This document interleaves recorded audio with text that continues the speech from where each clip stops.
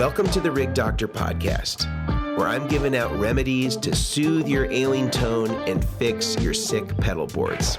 I'm your host, Mason Marangella, aka the Rig Doctor. I've been building rigs for over a decade for many of the industry's top pros, and now I'm giving away all my secrets to DIYers just like you. I'm giving away all my tricks, tips, resources, and easy hacks that I've learned over the years so that you too can build a rig just like the pros. If you want to support this podcast, you can do so by sharing it on social media, subscribing to our podcast, or following us on Instagram, Facebook, and YouTube. You can also support this podcast financially by purchasing one of my products, Vertex Effects, from any of our authorized dealers, or becoming a member of our Patreon page.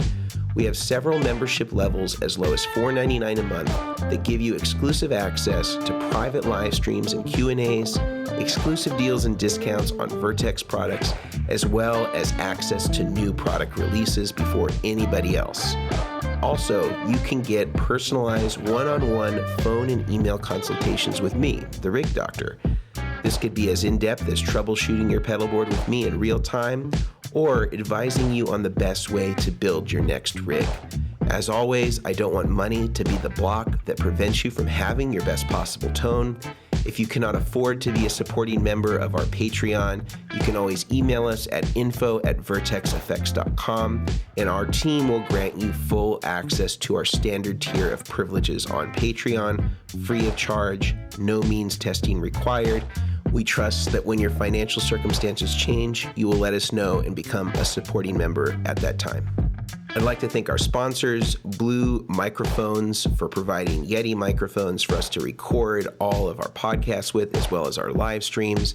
I'd also like to thank my own company, Vertex Effects, for providing the resources to make all of this stuff happen. If you are interested in sponsoring this podcast, you can always email us at info@vertexeffects.com, and we would be happy to hear from you. In today's episode of the podcast, I'm talking with Cory Wong of Vulfpeck. Cory talks about his experience with Vulfpeck and as a solo artist and how he's adapted and pivoted to making this time during COVID-19 as productive as possible, working on some new material to release to his esteemed and illustrious audience. Combines not only people that he's come into contact with through Vulfpeck, but also through listeners that he's developed organically through his own solo records. We also talk about how Cory has structured his solo touring to really be a fine-tuned machine and is so efficient. Just watching the behind the scenes at the Troubadour show that I went to earlier in the year with Cory was just incredible to watch how effectively he's able to use his time and to be present to his audience, offering masterclasses to VIPs in addition to doing meet and greets, signings, and all those type of things. So without further ado, I bring you Cory Wong.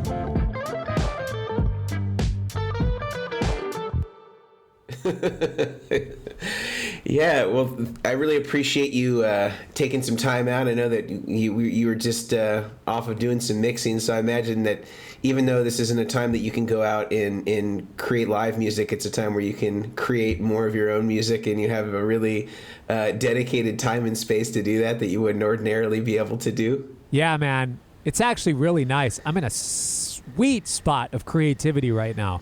Like I got, I'm surrounded by all my stuff. I got all my stuff around me. So normally when I'm on the road, I'm able to, do my shows, and I love doing that. And, I feel like that's really a big part of who I am. And it's a, part of what I've been made to do is perform and do that sort of thing. But also I'm not able to have all my instruments and everything with me on the road. I'm not rocking that Sheeran bus where he's got the studio in the back and, whatever. But, just a matter of time. Yeah. For now, I can fit my acoustic and my electric in the minivan, and I could get a bus if I wanted, but it's so much frickin' money. Yeah. How much are some of those tour buses for people that don't, just the lay person that wouldn't have any idea what that stuff costs? So I was pricing it out for my last tour, and you're basically looking, because okay, the thing that you have to figure is gas is a crap ton of money for that thing, and you also have to pay a driver because the driver drives at night. You sleep on the bus in the bunks, and the driver's driving. So you have to pay for the driver, and then the driver has to sleep during the day, so you get them a day room at a hotel. So with the driver, the day room, the bus, the gas, the insurance, all that stuff that goes into it, like extra parking costs, you're probably looking at, I don't know, on average around $2,000 a day. Wow. So it's a lot. Yeah. But there is value in the time. Like, we were driving 4 hours a day in the van, so that time is worth something for everybody. And also just like not spending money on hotel rooms because we sleep on the bus, and there's other things that balance it out, but it's still really expensive to be on a bus. Yeah, I hear that. Yeah, it's crazy to think about some of those old school, like, 80s and 90s, like, tour budgets, and then just like... Oh, yeah.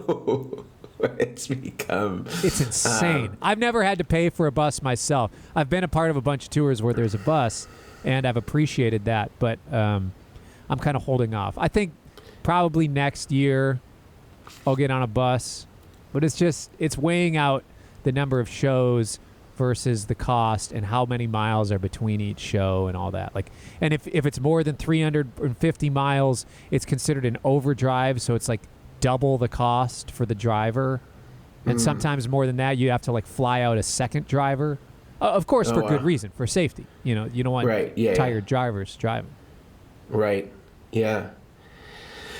Yeah, it's a whole side of the business that probably a lot of the fans of yours don't even realize. It's a lot of meet and greets to make up $2,000 a day. Oh, dude. Yeah, I know. Yeah. Yeah. A lot of VIPs. Yeah. Yeah.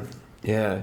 Well, I have some questions that are structured, but I'm happy to stick to that or really go into anything that you want to go into. If there is anything that you think is of value, or we could just talk about this, very loosely. I don't know if you listened to any of the episodes of the podcast, but it's been pretty all over the place. Some of it's been really technical and, about, cascading gain stages on small versus big amps. And some of it's been like with paddleboard builders of the world, sort of it's the world market of paddleboard builders that we've interviewed, and and then with you, some of the big things that I took some questions from some of our viewers and listeners, and the main questions are around gear and kind of how you evaluate gear and how you kind of land on certain pedals and things like that, and some of them, although this is sort of gassing me up, is asked about what your experience was with having doing 2 surgeries successfully with the rig doctor. And no malpractice suit yet, and some of the other stuff was around technique. And kind of your approach. And, some of that stuff is stuff I know that you talk about a lot, and it gets brought up a lot. So I'm happy to go in that direction minimally and go in other directions. And, also, of course, I want to kind of just talk about what you're up to generally. And the other thing that I was really interested in is you're one of the few people that I know that is a current artist that's actually, really thriving in the current musical environment where a lot of people are really struggling to kind of figure out how they can make a living being an artist and doing their own thing. And you've really done that successfully. And I feel like the way that you've structured, at least being a little bit behind the scenes of some of the touring that you've done, you have a really, really great system that you use in order to facilitate, being able to kind of have people that are in the band sort of taking on multiple positions, and you've delegated stuff really well, where it just seemed like it was so organized back there behind the scenes, and I'm not used to seeing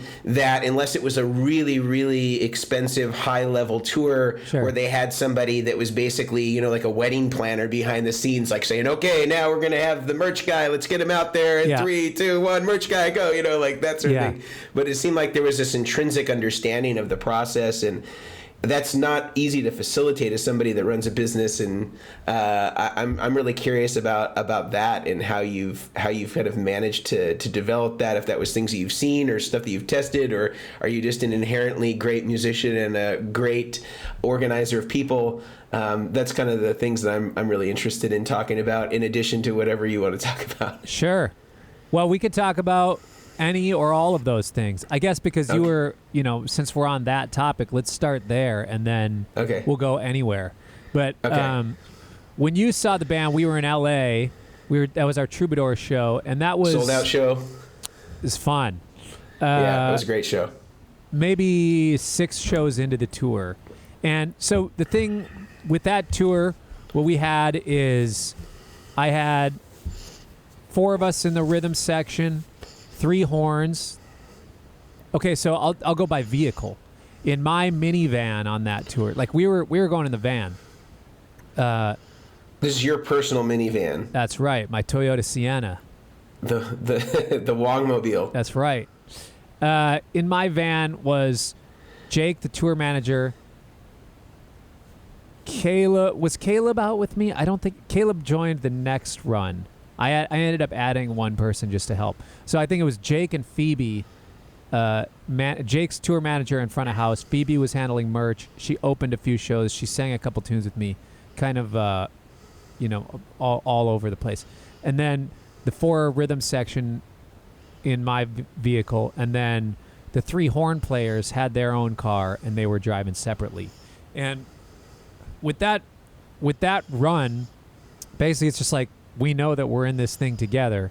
And also the people in my band, the guys in my band, most of us, we've just been playing together for years. And some of us, Pitar and Kevin, we went to college together, so Kevin and I met each other the first day of school. So we've been, friends and in the music thing for a lot of years. Kevin's the keyboard guy? Yep. And the bass player is also a Kevin. Okay, got it. And like these guys have been with me from, like when I was, even just, I guess for myself as an artist, like establishing myself as a solo artist, it's only been maybe a couple years. And, a couple years ago, I was, playing shows for a few $100, but still paying all the guys their regular rate because I didn't feel comfortable asking my friends who are professional musicians to come play for $50 or something. I still gave them full rate, and I would just eat the cost as my own investment in my own product, right? Whatever. And with that sort of thing, they see that I'm in that, and we're, it's building a culture of being in the thing together. It's not like, hey, you guys load up the stage and do this, and I'm going to be hanging out, whatever, because it's my show, so I'm going to relax. It's like, no, I'm up there, leading from the thing, setting up, okay, if everybody's bringing the gear, I'll start unpacking it on stage. I'll start placing everything in the place, get the drums in roughly in the area, keys over here, get everything unpacked. I'm right in there in the trenches. So I think that also has a big piece of it as well. But just the fact that we've been doing it like this for a long time has been great. And then this last run, I did hire somebody to help out as a stage tech as well. So that really helped make it so it wasn't as much work on each of us as individuals. And that was great. So as far as the flow of that goes, it's just everybody knowing, all right, here's what we're doing. Obviously, our main thing is to come and crush this show, but let's help make it easy and less time for all of us by everybody just pitching in on setting up the stage, tearing down the stage, that sort of thing. Yeah. Yeah, it seemed pretty incredible the way that you guys kind of had it managed from merch to the sort of VIP thing. And were you doing VIP in every single, like you were doing like a masterclass? Yeah. Did you do that at every single show? For that run, I did. For this past winter tour, I did not do it. Was that just because of the just how taxing that is to kind of be on for that long every day? Yeah, I mean, it was like I was able to. So it was like I would do sound check, or we'd show up at the venue, or I guess a regular day is wake up at 8 or whatever, lobby call, go get coffee and breakfast, drive for several hours to the next gig, unload, or get lunch, unload, do sound check, and then right after sound check, I was choosing to do the master classes, the VIP thing, and then I would have basically an hour off before the show started, and then the show is done, and we're loading out until 1 a.m. or whatever, or 12. Yeah. So it was long days. So the reason why I didn't do the VIP the next time around is just I needed a little more of my time back.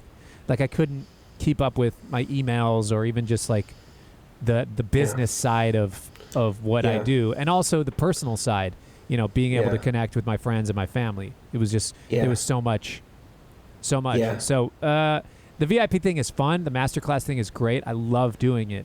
It's just if I'm on a bus, I'll do it because then I can wake up, have some time during the day, and then get my work day started in the afternoon rather than just being in a car all day and then. Yeah.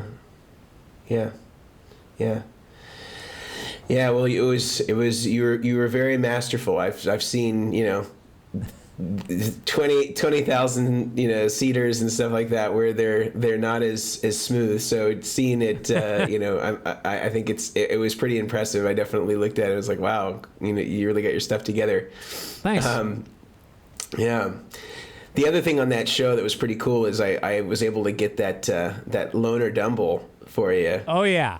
That so thing have you had any more dreams about that, or I remember when I took it back, it was sort of it was a little bit heartbreaking. Yeah. I mean, I'm still trying to figure out. I'm going back and forth between, oh my gosh, that was the greatest amp I've ever played through, and then the other side of it being like, well, I was playing it pretty freaking loud, and maybe it was just fun to play through a really loud amp. Mm-hmm.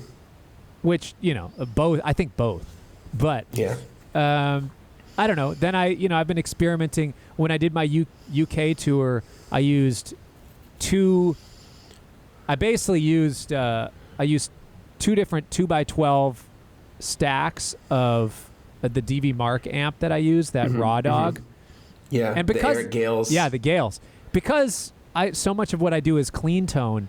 That thing just is so punchy and it's so great. And I think what I really realized with the Dumble is moving that much air makes a huge difference. Yeah. Even though I like, I don't like it super loud. I do like moving just more volume, like a little more volume of air being moved.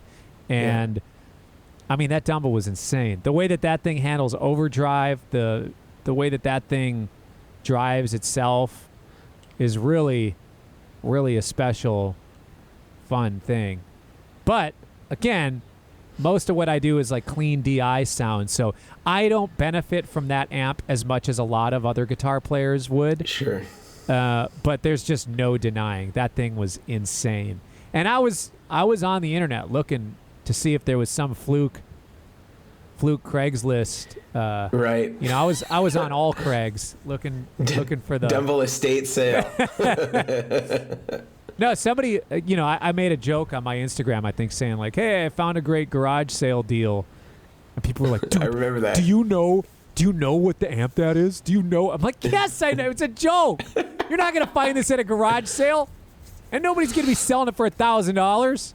Right. I'd have to mortgage my house to buy that thing. I'd have to sell my house to buy that thing." Yeah, you could buy a decent house, or at least have a good down payment on a house for that. Yeah. Well, you're in the Bay Area. Houses are way more expensive where you are than where I'm at. Yeah, 100 grand, you might not be competitive. I don't know, with a down payment. It's crazy because there's also a lot of wealth here because of Silicon Valley. So people are just Yeah. like, when I see people that pay cash for a house that's, almost $1 million, then they're in their 20s. It's like, how do they have Yeah, I that know, much dude. cash That's just sitting insane. there? Good Yeah. on them, but man, Yeah. Yeah, it's crazy. Minnesota's a different story, man. It's Yeah. nice here. But Minneapolis, man, is a cool city. It's no cool. denying it. I mean, we pay for it in the winter. Winter is Yeah. our, my mortgage is $1,200 a month. Yeah. It's great, but it is subsidized by the fact that several months out of the year it is so cold. Yeah. But Yeah. hey, it's all good. I think I remember talking to you when I was in Chicago, like right before kind of this thing hit, and it was like -8. I've never been in anything that cold before.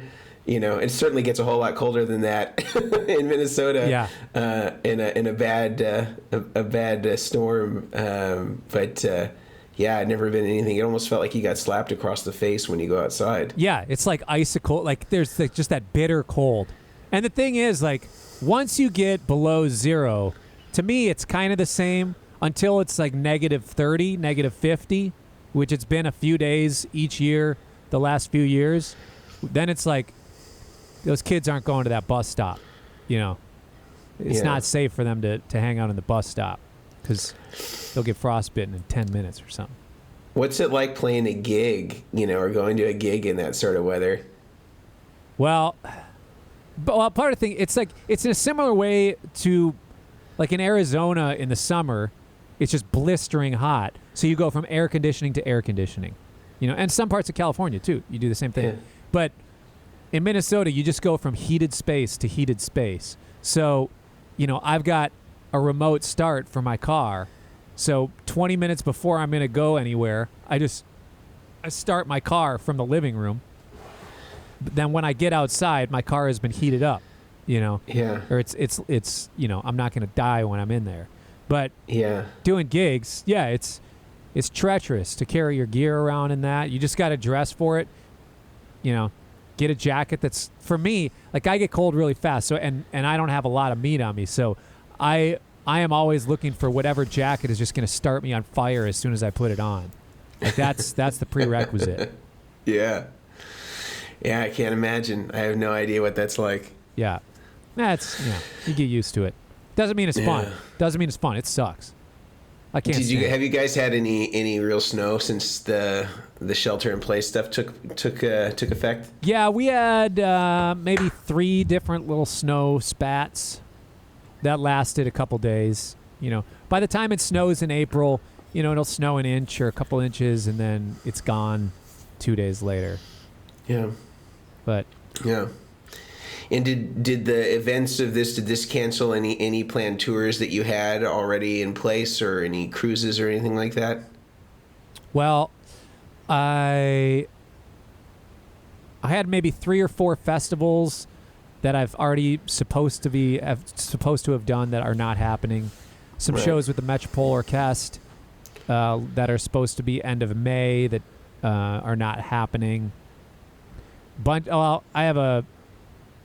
don't remember if any of these were announced. I don't know. I don't care. Like I was supposed to do Montreux, North Sea, a bunch of big, a Love Supreme festival, a bunch of really cool Jazz Avienne, really cool festivals this summer in Europe. I had like a 3-week insane tour planned for Europe that now I just can't do. The only thing Right. that's not canceled at this point is Fuji Rock in Japan, which Nice. I don't know if that's going to happen. It's the end of August, Right. and nobody's telling me that that's going to go away yet. So we'll see. How do you kind of like, what's your, because you are, you're one of the most optimistic people I know and positive people that I know. How do you kind of keep that, or like kind of what's the pep talk that you feel like is kind of the way that you reconcile some of these changes that are, I mean, for musicians, I just can't imagine, that it's like how do you stay positive, and what are pivots that you think that you can make that can kind of right the ship to the degree that it can be in sort of these unusual times? Well, I think first and foremost, it's not about me, and it's more about humanity in general. Of like, okay, how can we make sure that we're, as many people as possible are safe and healthy, and the least amount of people have some catastrophic health issue because of this thing? Yeah. And if that means having to cancel a year's worth of shows, so be it, right? Yeah. Okay, I'll figure something else out. That being said, I think, that goes without saying. The part that I think you're asking is more like, I mean, there's the creative and this is what I'm made to do with my life side of it. It's like, I want to go out and play. I have all these ideas. I had an idea for recording a record this summer that I'll still do. It's just postponed. It's like a big, a much bigger production, more people involved sort of thing that I'm just having to postpone, that I was bummed about, and was hoping to tour that this fall and winter, and that sort of thing. But as far as like for myself, like purely looking at myself, I've always been somebody, like my dad's a business guy. I've always, and I read a lot of business blogs and, podcasts, and listen to all that stuff. So it's like, to diversify your investments, but as far as your career as a self-employed person, to diversify what you bring to the table and how you can generate income. For me, as an artist, I can generate some income from royalties from past records that I've either done of my own or with Vulfpeck, Fearless Flyers, or other artists that I've worked for where there's some sort of back-end deal. Right now that is, fortunately has gotten to a place where it's like, oh, cool, this is covering my bills, and I'm comfortable with that. And, I can't do as much touring and make, the money that way, but I still can make records at home. So I'm doing that.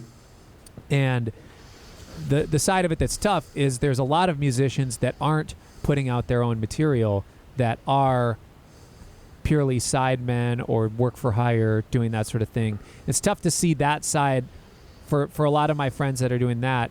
I'm making music still at home. So, for my friends that are involved with what I do, I'll still just send them work. It's like I can still be an employer, and that sort of thing. So I don't know. It's navigating,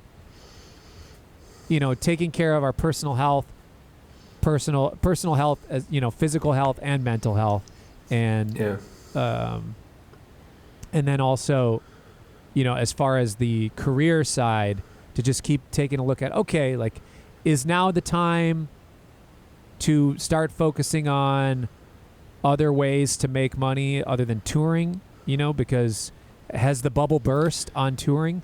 Probably for a little while, but I think at some point it'll be back to loosely what it was like. So I think artists are having to get creative and figure out other ways to make money. Have you seen anybody do anything that you thought was a really creative way to sort of pivot and sort of make lemonade out of lemons so far out of this? Yeah. Musically. Out of, Croix has made limoncello. I sound like such a pompous prick when I pronounce it that way. I know. But one of my friends, one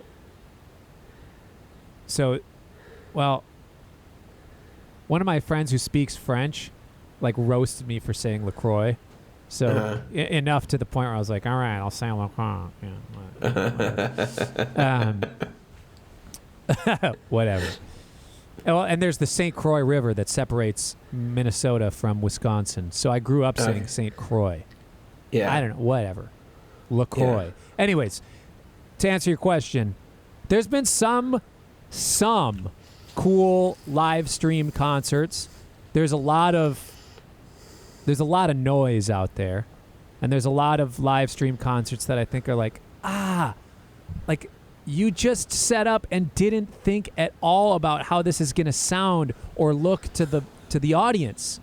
Like, yes, it's cool that you're doing something, and like I respect you for trying to like do your thing, and generate some income. But at the same time, think about what the experience is for the audience. Like, this is awful on my end. The music sounds, I like what you're doing, but it doesn't sound good and it doesn't look good.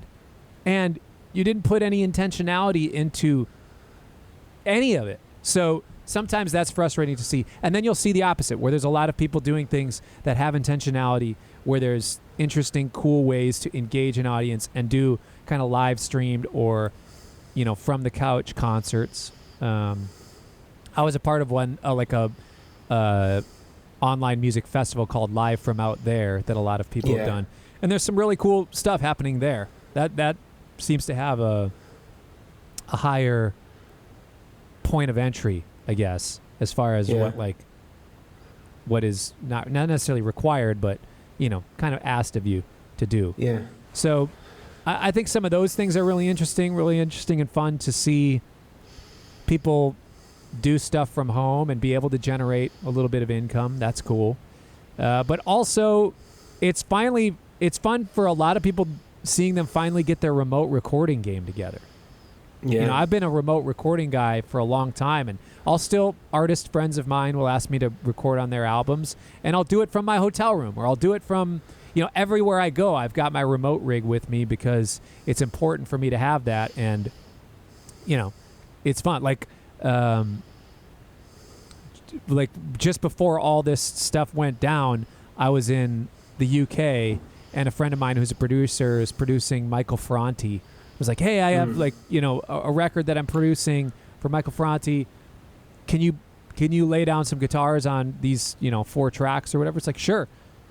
Spend the afternoon. I had a day off, so I spent the afternoon, recorded all the tracks, and what was a day off, an unpaid day off, all of a sudden became a time where I could generate some income. And that opportunity has been in front of people this whole time, but not everybody does that. And it's fun to see a lot of people, forced into that. Yeah. There's definitely some opportunities there to create some game. And I've also seen some other guys like Tom Misch has certainly done some cool stuff, I thought, recently, that usually he's a little bit more underground with his stuff. I thought that was pretty cool what he was doing. Putting out just content that you wouldn't normally see. Another guy too, I don't know if you know who Tom Bukovac is. Mm-hmm. He's like kind of the Nashville session guy, and he gave me a shout on one of his. He gave me a shout on one of his things. That was tight. Yeah. He's like, man, nobody focuses enough on rhythm. There's this cat. What's his name? I heard about him. Cory Wong or something. He was saying it's all in the rhythm. That's a young guy who gets it. All right. Yeah. I was like, yes. Yeah. Bukovac. That dude's a legend. He doesn't give out compliments lightly. I know. I've been following him. I'm a big fan of his playing. He's a legend. He's incredible, man. I built him a couple of boards, like some of the biggest boards I've ever built. It was literally the size of a door. Really? It was so big. Yeah. What's that drive that he swears by? The Nobel? I think I have one. The Nobels ODR-1. Nobels. Yeah. Yeah. You have to get one. Yeah, I'll have to try one out. Just don't get the reissue ones. You got to get the original one. You're always about the original, dude. I mean, I respect that. What's the original? Well, And then, hold on, here's my follow-up, because you're a pedal maker. Why get the original, and why not get the reissue? Why wouldn't they just make the same thing? Like, if you're a pedal maker and you got a dope pedal, why would you make a pedal that's not dope under the same name? I don't know if the one's not dope. You're telling me that you got to get the reissue. Explain. All right, so you can get the reissue, and I'm sure that you will have a similar semblance to the original, the same way that you would of any of the guys that are making cloned versions of the original. The thing about the Nobles, like a lot of kind of pedals that have become cult classics, is that they were built at the lowest possible price to be a very inexpensive pedal. Like when you bought a Nobles, it came in the same sort of packaging that like a Lunchable meal would come in for your kids. Dude. It was like in like a laminated plastic box, and you would like peel off the plastic, and it like hung up on a shell, like on one of those like a bulletin board. What they call it. You know, like they have a perf board, and then you have like a hook that comes out. Yeah, you could, you know, like you'd buy, I don't know, like something at a grocery store. Yeah. You know, like batteries or something like that. It would come. It was like that's how it was like stocked on a shelf. Dang. And it was built cheap, you know, and so they used like clearance closeout parts, so they could only make like a finite amount of them with the cheap crap parts. And so even though it was built really inexpensively and not to be a high quality pedal, there was something about that combination of using terrible parts that they bought at, you know, the closeout discount prices in combination with one another seemed to work really well. And it was almost like a challenge of like, how can we make this as bad as we made the first one? Really? But a lot of this stuff isn't around anymore because, you know, I think the pedal was originally released in 91 or 92. Got it. And so it's like, you know, the advancements in technology and in the evolution of, you know, parts that are available, IC chips, stuff like that. It's just like our evolution has caused it to be impossible to really make it with full fidelity to the way it was, how badly it was made before. Yeah. Yeah. Well, that's a bummer. Yeah, but you can still get them. They're just not, you know, they're not as cheap as they were when they were new. I think when they were new, they were like $29 or something like that. What are we looking at here? I'd say if you're lucky, maybe $200 to $300 and maybe a little more. I don't know, but they're great. You just have to look. The original ones, I have one in the garage, unfortunately not next to me, but that's one of the big ones. And the other one that he uses is called the Masterclass that he kind of helped launch. Yeah, I'm seeing it on Reverb right now. There's looking at a couple $100. Yeah. So basically it's kind of like a tube screamer that has a lot more low end and not as much of a mid-range sort of thing. Tight. And the gain structure is a little bit different, but it's a really great, more organic pedal. I think it sounds really good with humbuckers too, which sometimes it can be a challenge for tube screamers because there's so much mid range. Yeah. And then you got the humbuckers, and it can just kind of be like just a big ball of woof. Yeah. And this kind of has a cooler definition. So I think that they're really great pedals. Cool. Yeah, except that on most of Tom's and the old rigs, I used to have to rehouse them so that they were more reliable. So you'd have to take it out and like put it in a new box. Oh, really? Yeah. Unless you had it like on a switcher or on a rack or something like that, then it wouldn't make any difference because you would never have to touch it. Yeah. Yeah, the switcher game. I see your stuff's looking tight, dude. I think we just need to get you a rack. That's the next evolution is Cory Wong with a wet, dry, wet refrigerator rack that you just wheel on stage. Well, the thing is, I don't use that many effects. I love having them, but so many tours, it's just like, I don't know, I need a couple drives. I like my wah and envelope filter. Got to have a compressor. I got to have the wireless. The wireless is kind of a bummer to have to take up space on a board, but it does. And is it mainly just because you want to be able to go around the stage without being unencumbered?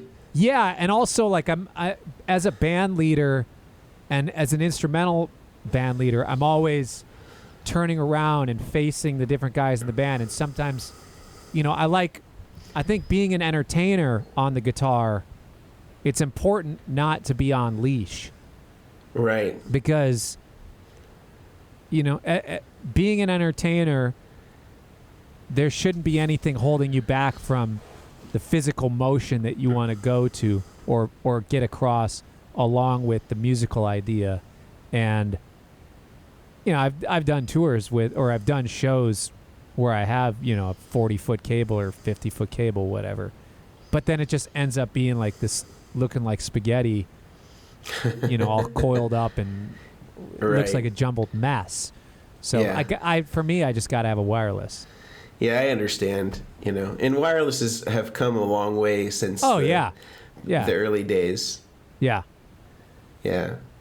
But, there's still things that I'm sure that they're still going to improve upon them. There's actually one thing I forgot to tell you about this before, but Radial makes this thing, it's been out for a long time, called like a drag control.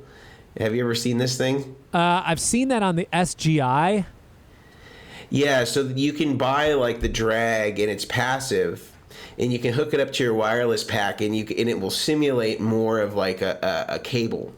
Like you can get it to create a little bit of roll off to kind of make it sound a little warmer and maybe not as bright and thin as the wireless can sometimes be. Some of the wirelesses are great and they kind of already are pretty close to a cable emulation. But sometimes if you want it to kind of simulate some of like the deficits just in terms of cable capacitance, it kind of helps emulate. And it's designed just to clip onto your back of your strap, of a guitar strap, just like you would put your wireless with. See, that almost feels counterintuitive to me. Like, right. I like those cables that don't, like I have this cable I use is this in the studio is this Mogami Platinum.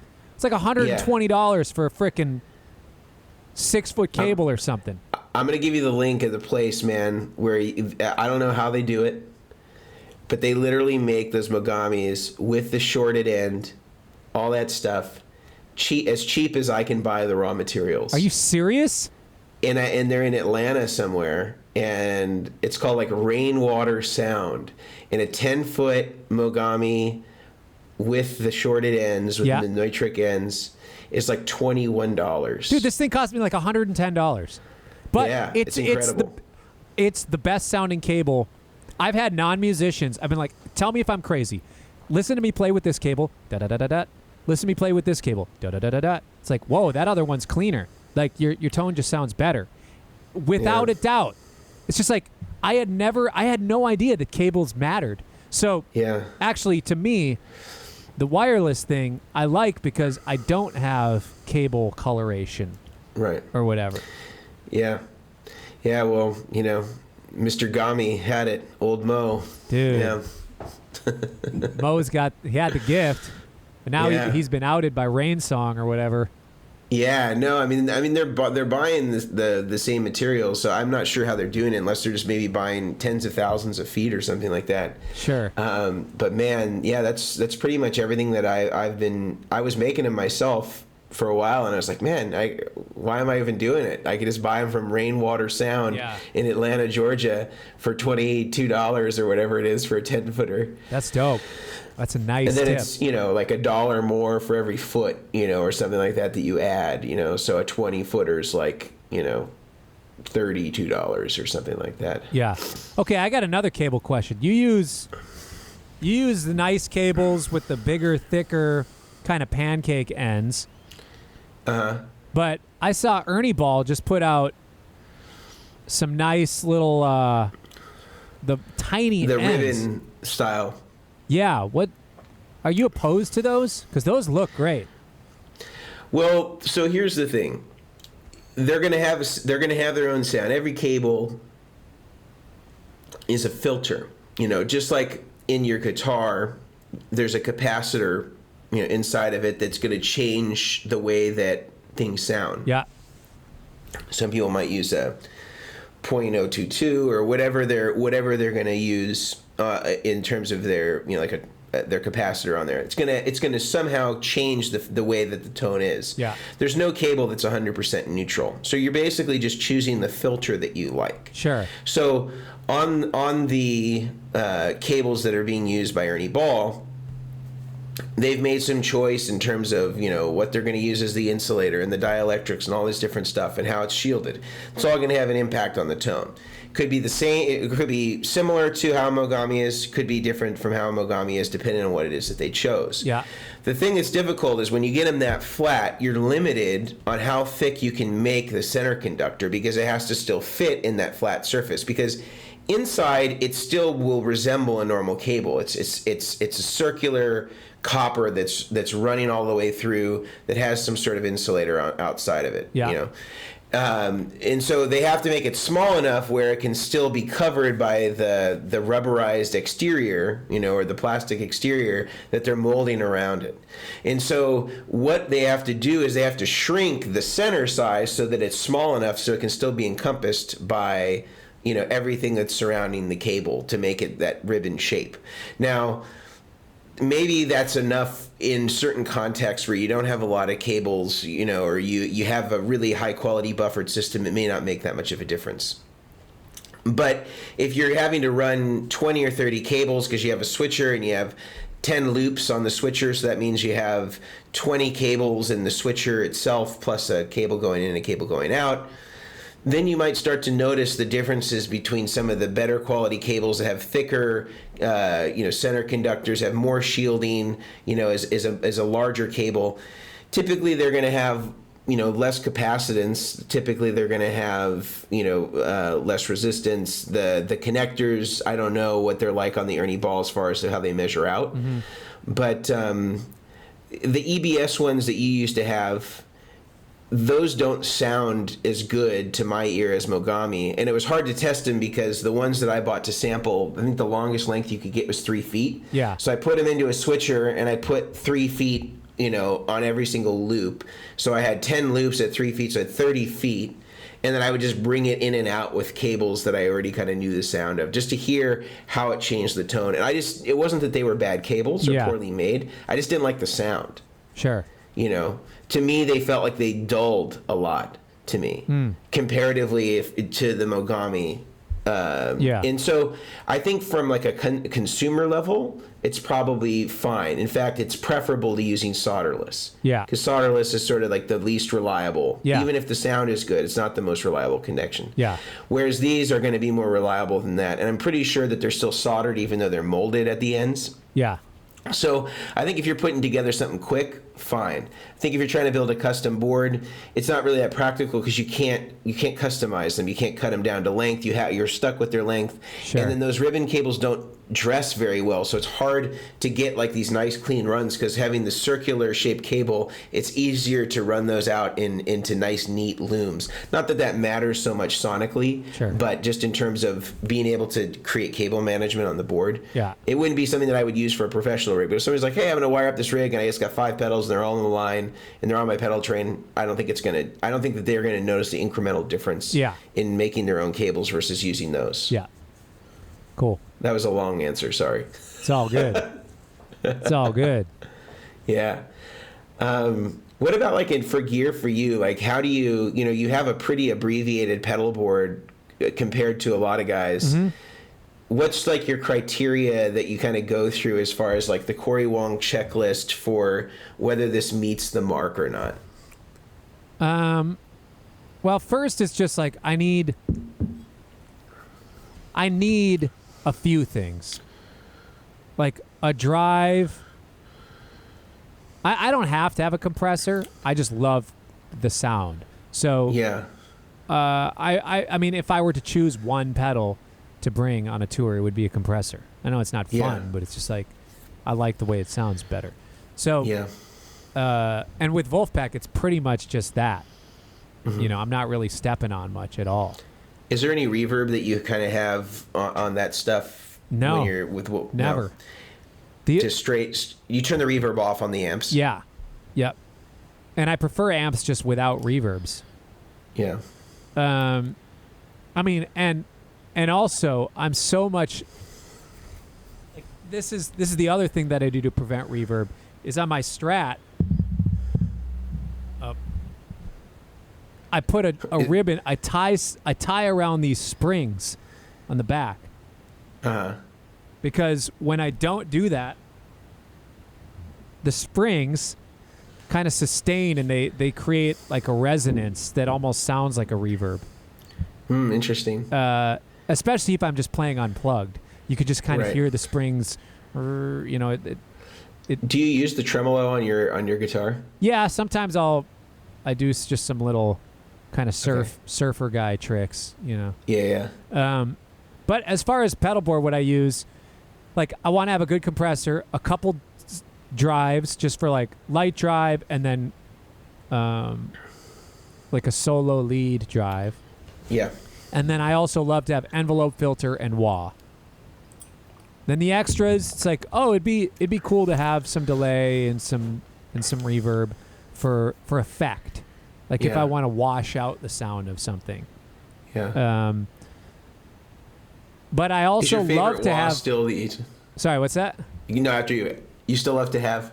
No, I love to have other things like a Leslie or, other modulation effects. I just don't love having a big board because for right now, like I'm the one carrying my pedal board around airports and on trains and off of trains when I'm touring and all of that. But I think, in the future, I'll probably have a little bit of a bigger pedal board. But I also like things where there's certain pedals. I haven't found a digital drive yet that I've loved. I haven't found a digital. Well, I guess it's just drive. Only overdrive. Overdrive is the only thing that I haven't found a digital one yet that I love. I have heard some digital compressors that are like, whoa, this is really cool. This is really good. Yeah. But part of it is that I use a blend knob on it. So yeah, you have the parallel mix on it. I love the Eventide H9 for wah and for envelope filter. Is that really your favorite wah still? It is. I like that one. The Line 6 is good too, though. But what about analog wahs? Do you prefer digital wahs to analog wahs? I prefer digital wahs because they're less noisy. But there's things you can do to mitigate. I know. You've been on me about it. You've been on me about it. I'm going to show you this thing, dude. Just the name alone. Now, in the early days, this is a Japanese clone of an old Vox wah. Okay. Made in the 70s. It's called the Blubber Wah. I'm in. And the coolest thing is in the 70s, when the Japanese were making this, they didn't call this a wah-wah. It says on here, crying baby machine. Oh, my gosh. So it's supposed to be like a crybaby. Yeah, crying baby machine, but that's how they dubbed like what the effect is.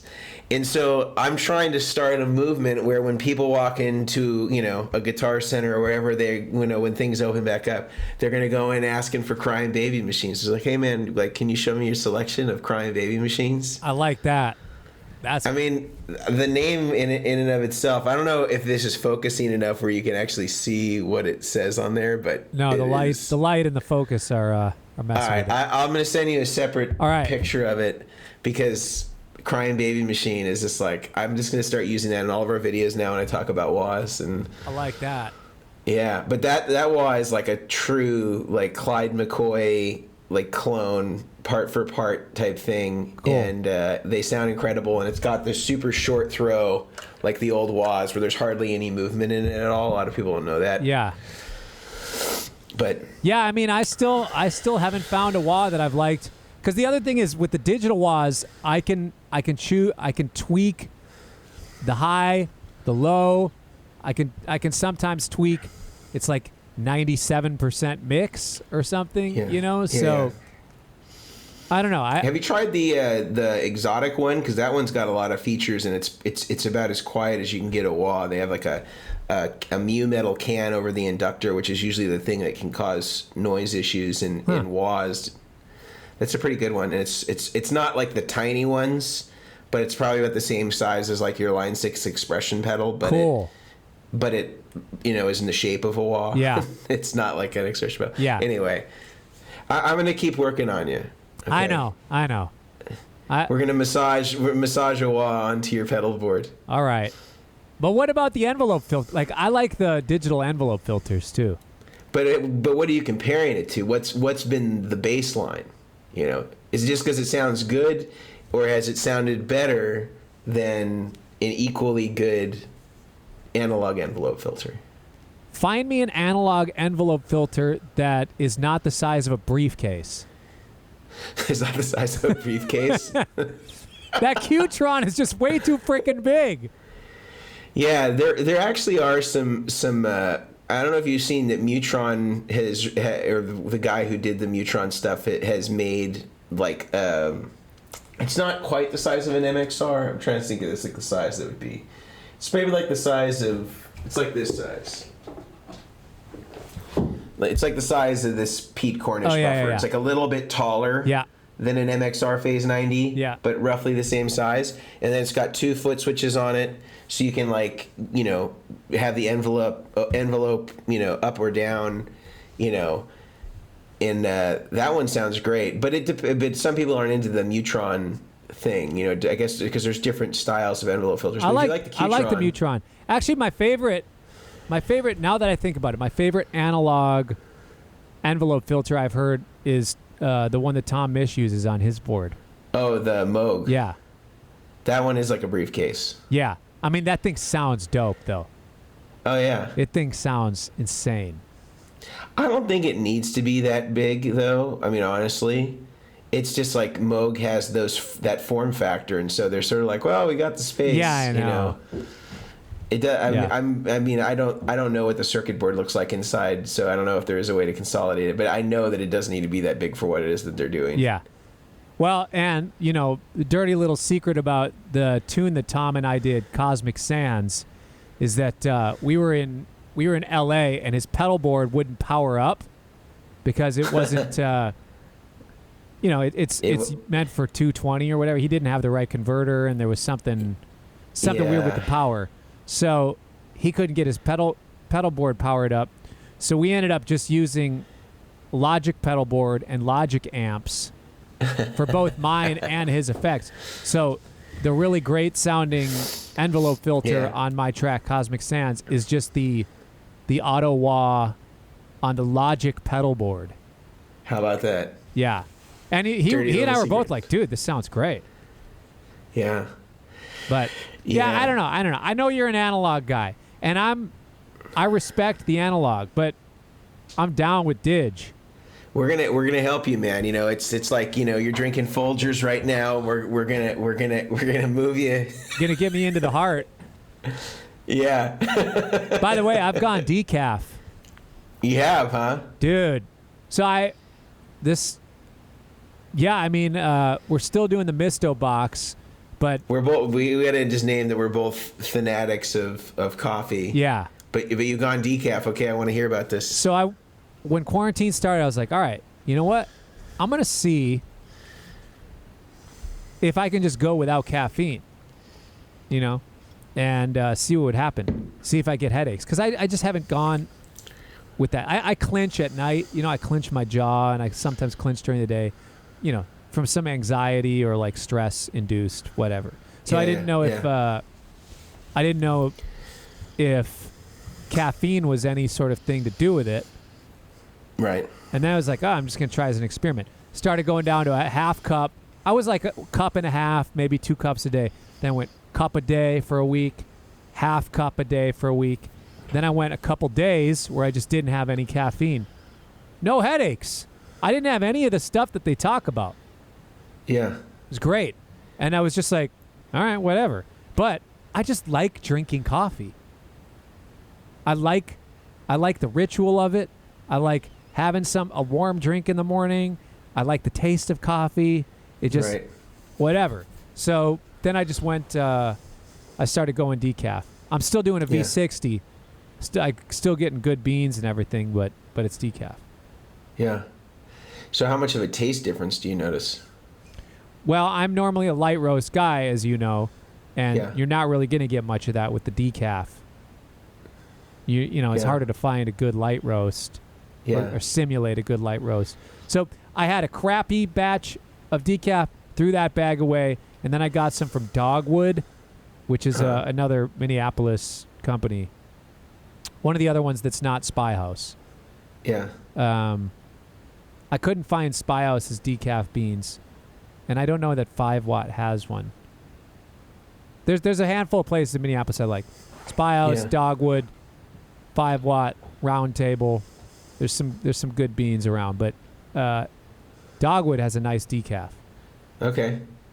They know what's up with the calf. Now, I made one of the big quarantine faux pas here in that we ran out of coffee 3 days ago. So are you off? Are you off or what? Well, I've been off because we haven't had an alternative. you know, and I'm dependent upon the delivery, you know, and I switched to the European version of like a misto box called Bean Bros. Oh yeah, you told me about that. But Bean Bros has been having some trouble with the importation because they're coming from Denmark or whatever it is. That's right. And so we've had our coffee trapped in customs, and we've been without it for 3 days. So I think that I'm gonna have to pivot and go to a lesser coffee. What do you get? Coffee Collective from them? Yeah, Coffee Collective is amazing. Yeah, I like that stuff. Yeah, so that's another one that you can get subscriptions for.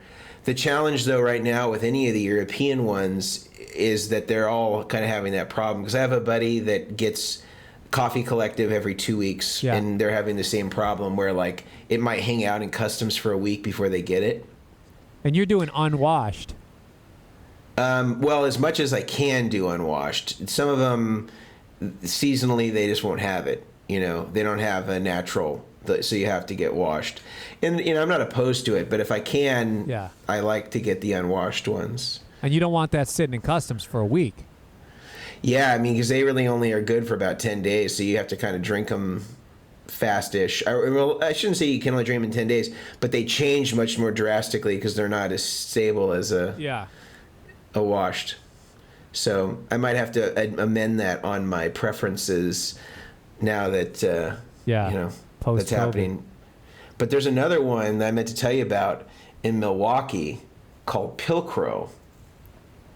That's as in a bean amazing. Maker or a? No, they're a coffee maker. Well, I mean, yeah, obviously they're not a bean maker. Oh, I think you said a beat maker. No, I didn't know if you meant like. Yo, these guys. They're like the J. We're talking about coffee, but by the way, you hear about this beat maker? Yeah. So Pilcrow, really good. Nice. Yeah. What's the there's another. What's the Milwaukee one that I was? It's a place with kind of a funny name. It's not Ishkabibbles. That's the place in Philly. I don't know. Kickapoo. Kickapoo. Oh yeah. I know that one. Yeah. I think they're Milwaukee. I got those when I was doing misto box. Yeah. They were good. I like them a lot. Let's see what else we want to talk about. We were talking about some. We talked about your gear. We got the coffee combo in. We had the coffee conversation. I don't know. We've done just for timekeeping sake. We're at 1 hour and 5. So I don't know if is there anything that you want to finish strong with? I don't know. When's this going to come out? Whenever you want it to come out. It can come out whenever, man. I'm okay. I'm just, you know, people that are listening that are fans, just keep listening to the music. I got a lot of fun stuff coming out. I'm going to try to do one release a month for the next several months. Mm-hmm. Last month was the Metropole Orchestra record. This month, which is killer. Thank you. This month, Fearless Flyers record. We've only dropped one song so far, but this record is dope. This record is super fun.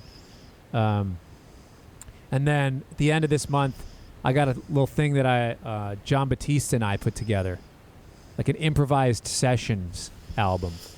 It's this thing that we did the week after when Vulfpeck did the Madison Square Garden gig. I stayed an extra week and played on the Late Show and recorded a bunch with John. Yeah. And we recorded a record that's dope. Then I got a bunch of acoustic music I've been recording at home. No pedal board, though. No pedal board. Oh, but I did. This is what I've been using. All right. Okay, the Grace Designs Felix. It's a preamp. Whatever.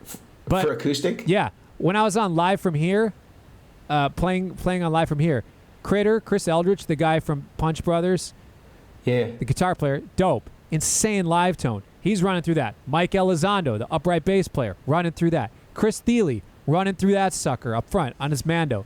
All these cats with insane live tone with acoustic instruments are running through this thing. So, And they're just going straight into the board with that? yeah, I mean, Chris also has a microphone that they blend in as well live, Right. but How much are those things? I don't remember. Maybe 1,000-ish. So it's like a cost of like kind of like a good studio or like a acoustic amp, like a Yeah. decent price acoustic amp. Okay. Yeah, it sounds really good though. It sounds great. Cool. But anyways, All right. acoustic record, that stuff's coming. I recorded every one of my live shows from my last tour, so I think I'm just gonna do like a best of, like a tour album. Yeah. So, anybody that's listening, just smash that subscribe button on Spotify, and check it out. 'Cause And sign up for his Amazon affiliate links. dude, I got to get on that. You got to teach me how to do that. Tell me when, man. We could do it right after this call if you want. All right, I'm down. All right.